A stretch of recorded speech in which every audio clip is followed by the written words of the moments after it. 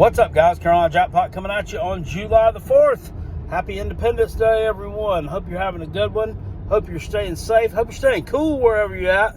Turned out to be kind of warm today, but a nice day nonetheless. A little bit overcast around here, and a good day for family, friends, and fellowship. So sometimes, you know, I make impromptu videos, and I get them from things that I read in the comments section. Here's the subject of today's video that I pulled directly from the comment section.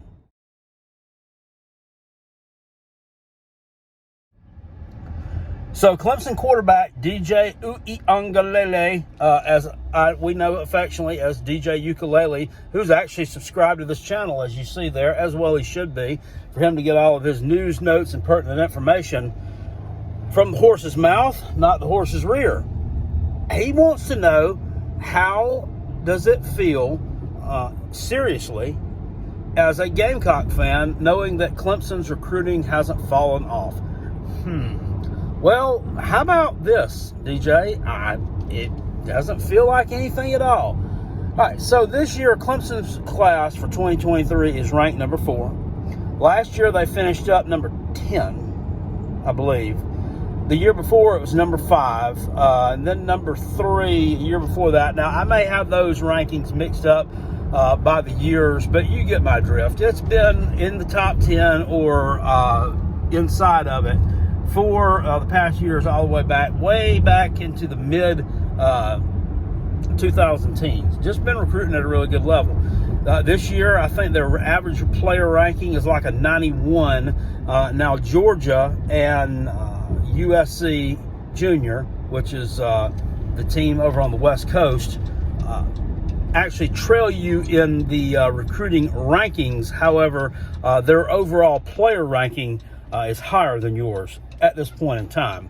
Now, whether you finish ahead of them or not remains to be seen on who you pick up. But it doesn't feel like anything to me, because the fact of the matter is that these guys have still got to be developed. They still have to be developed. You lost both your coordinators. I think that losing Brent Venables is going to probably be, in my opinion, a bigger blow to Clemson than losing Tony Elliott to Virginia as the head coach. And not knocking Tony Elliott, but his offense really got stale last year, and I mean, he came up with an innovative game plan and the last half of the year because, he found out that you, Mr. Uiagalelei, weren't very good at throwing the football. He's decided to run it.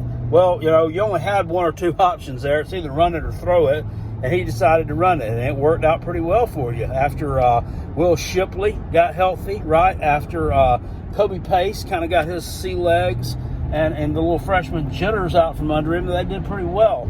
And you played some teams like the Gamecocks, like Wake Forest, who had some pretty poor run defenses. And look, this is not a video where I'm trying to besmirch Clemson, besmirch your players or your recruiting. But these folks are still going to have to be developed. You've always recruited at a high level on the defensive side of the football. Brent Venables took a little bit of staff with him to Oklahoma, not a lot. And people are saying Wes Goodwin's just as good as Brent Venables, if not better. Well, we don't know that, okay? We don't know that. Everybody's basing that off of something about Arizona coach Bruce Arians wanted to move wanted to move Wes Goodwin's office next to him. That doesn't have anything to do with him being a good coach. Maybe he made good coffee. Maybe he played some good music in his office while he worked during the day, and old Bruce liked to listen to it. Who the heck knows? And who the heck even knows if that's even true? I'm not buying that this guy is better, number one, than Brent Venables. And number two, I'm not buying that he's going to be a better developer of talent than Brent Venables, or a better game manager or game planner than Brent Venables. You take nothing away from the fact that, did I like Mr. No, I didn't like him. He damn well coached for Clemson. But at the same time, couldn't deny the fact he was probably the best defensive coordinator in college football. And he did a lot with what he had. He had a lot of talent on that side of the ball.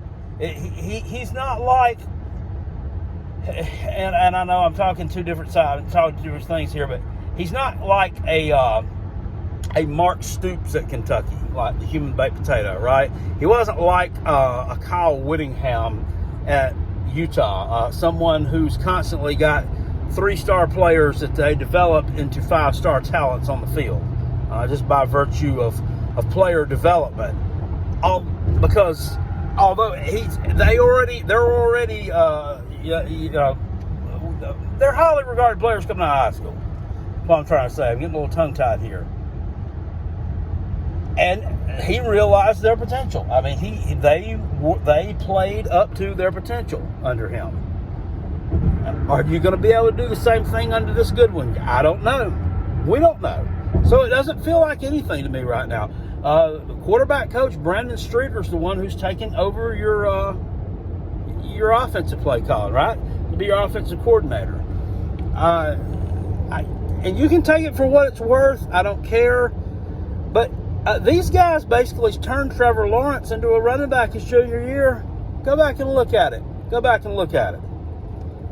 Once T. Higgins left, and you didn't have the talent at the wide receiver position, not taking anything away from Justin Ross, T. Higgins just better.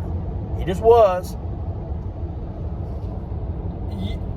Trevor Lawrence turned into a big, tall, fast, white, lanky running back. I mean, what's that shit about? Trent Dilfer, former pro quarterback, who Clemson fan will sit there and tell you he doesn't know anything. This guy's an idiot, it's a buffoon. He's never done anything. He was a scrub in the NFL. Well, he took his team to a Super Bowl. Oh, well, that was all Ray Lewis and blah, blah, blah. Yeah, they'll tell you this. He came out and said on ESPN that this kid regressed while he was at Clemson. He regressed from high school to Clemson. He wasn't developed. I'm not the only one who says it. Go over and listen to the Minister Sports, Minister Society, whatever it is, podcast that Zach Smith puts on. Oh, well, he just doesn't like Clemson because he's a suck nut. No, he's a wife beater, blah, blah, blah. No, you won't listen to it objectively. But don't take my word for it. You can hear it straight from these individuals themselves.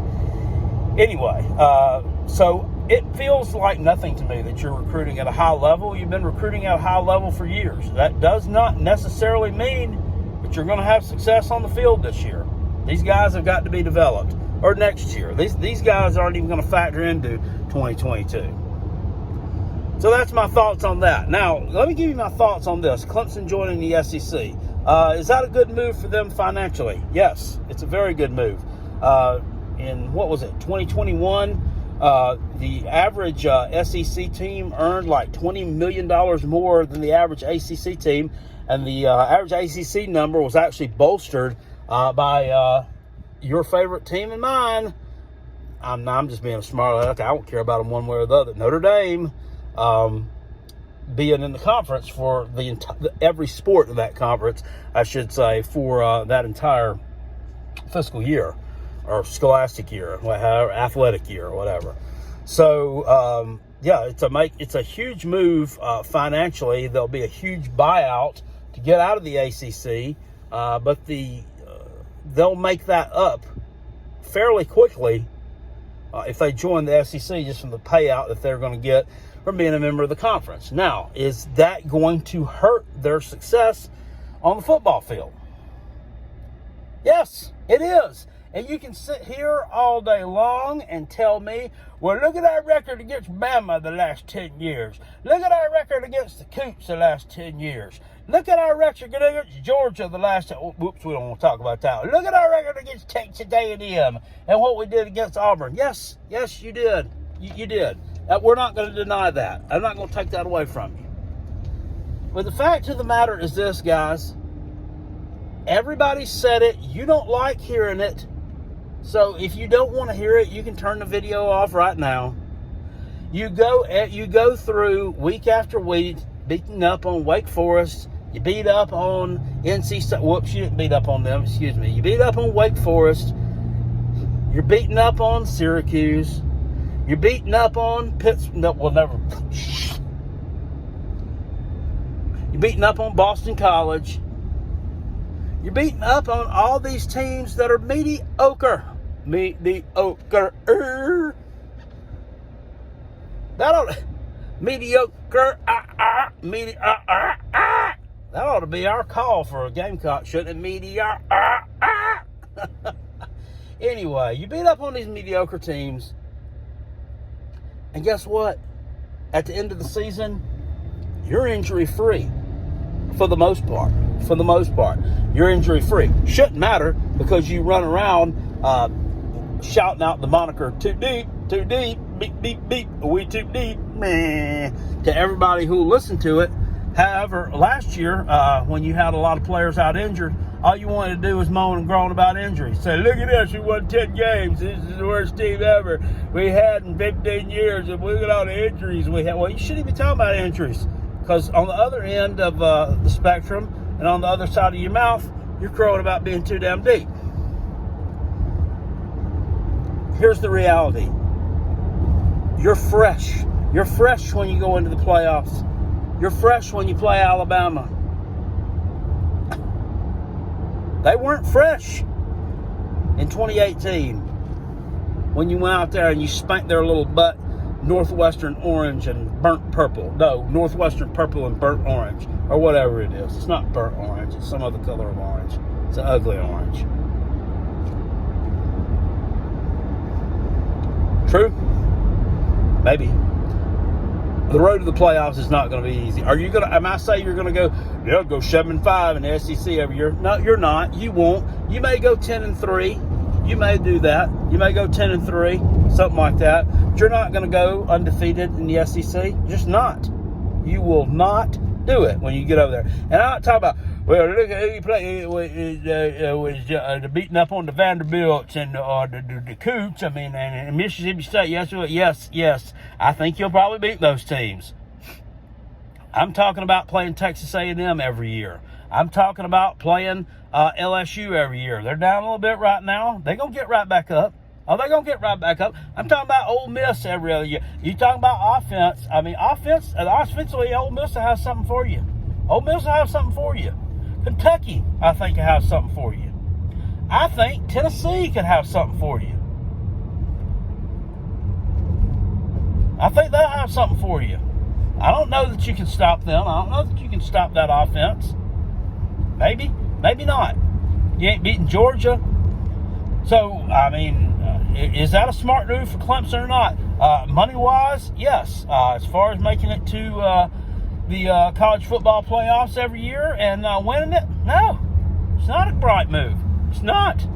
It is absolutely not. And it's not going to get any easier with the NIL, who your coach has openly came out and said he does not support. I don't care. You can sit here and tell me how they built a facility at Clemson where players can go in and they can learn how to do public speaking and they can learn how to develop and promote themselves and market themselves as a personality. It doesn't matter. If the man in charge of your football program doesn't support it, which is openly came out and said that he doesn't, then you're not going to be fully utilizing it. You're just not. Either that or he'll end up getting fired.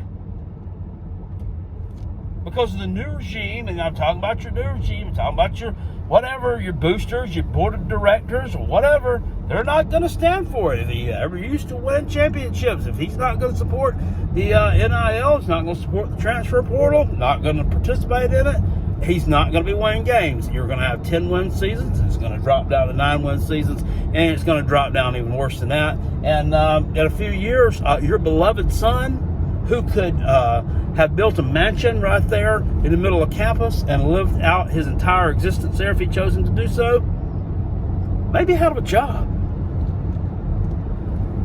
I'll think about it. Trying a jackpot. Peace. I'm out of here. Everybody have a safe, happy 4th of July. I hope that yours is a great one. Appreciate it. Peace. I'm out. Go Gamecocks. Go Coach Beamer. And go Spencer Rattler. Woo!